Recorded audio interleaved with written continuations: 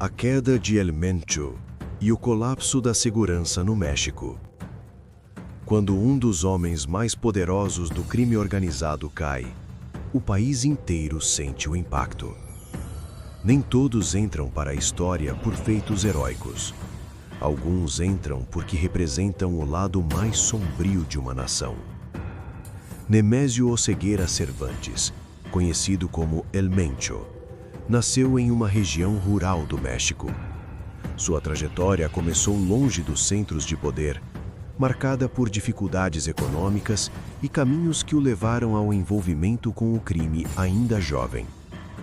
Décadas depois, ele se tornaria o líder de uma das organizações criminosas mais violentas e estruturadas da América Latina, o Cartel Jalisco Nueva Generación, conhecido como CJNG. A ascensão em meio ao caos. O crescimento do cartel não aconteceu por acaso. Ele se consolidou em um momento crítico da história mexicana. Após a fragmentação de grandes organizações criminosas tradicionais, o país entrou em uma fase de disputas territoriais intensas. Cada prisão de um grande líder não trazia estabilidade, trazia vácuo. E no crime organizado, vácuo significa oportunidade.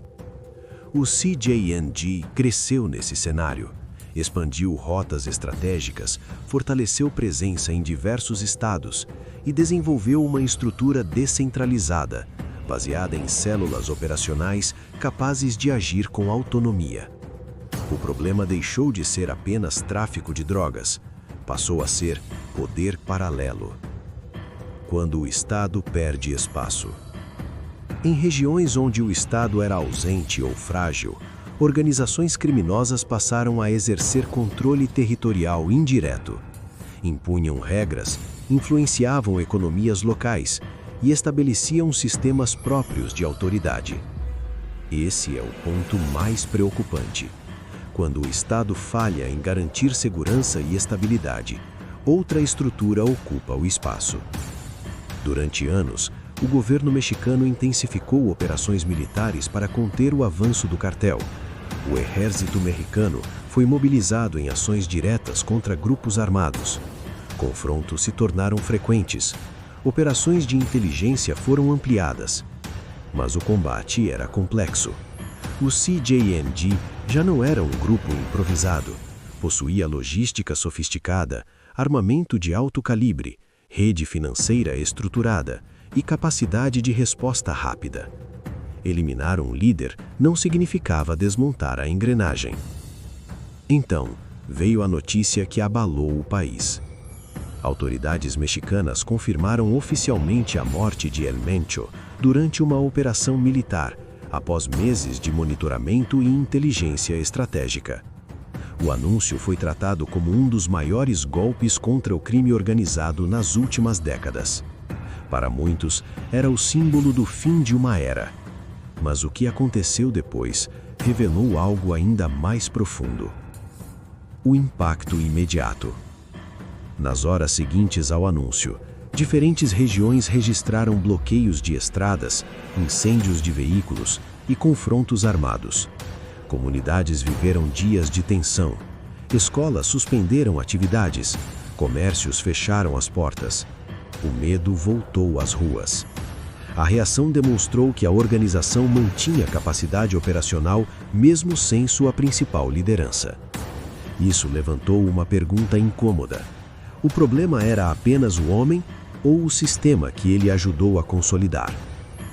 O efeito decapitação.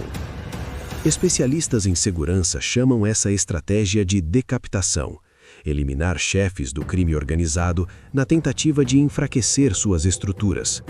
Mas a experiência mexicana mostra que o resultado nem sempre é previsível. Em muitos casos, a queda de um líder gera fragmentação interna e disputas violentas por poder, aumentando a instabilidade no curto prazo. Quando uma organização atinge alto nível de descentralização, ela se torna resistente a mudanças individuais. A liderança importa, mas o sistema pode continuar funcionando. O verdadeiro desafio. O debate, portanto, vai além da captura ou eliminação de líderes. Ele envolve fortalecer instituições. Enquanto persistirem desigualdades profundas, corrupção sistêmica e ausência efetiva do Estado em determinadas regiões, organizações criminosas continuarão encontrando espaço para crescer. A morte de El Mencho representa um marco simbólico na luta contra o crime organizado no México, mas o desafio estrutural permanece. O verdadeiro risco não está apenas na existência de cartéis, está na fragilidade das instituições que deveriam impedir seu avanço. O futuro incerto. A pergunta não é se outro líder surgirá. A pergunta é se o Estado estará preparado quando isso acontecer. Porque quando o poder público perde território, físico ou simbólico, alguém ocupa. E quase nunca, quem ocupa, vem para construir. O caso de Nemésio Oseguera Cervantes e o crescimento do cartel Jalisco Nueva Generación não são apenas sobre um homem ou um cartel. São sobre estruturas, sobre poder, sobre as falhas que permitem que sistemas paralelos cresçam nas sombras. E a história mostra que quando esses espaços não são corrigidos, eles se repetem.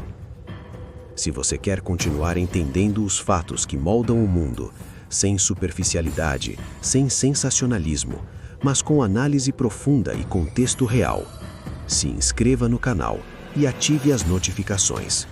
Porque aqui, a gente não fala só sobre o que aconteceu. A gente explica por que aconteceu e o que pode acontecer depois. Nos vemos em breve.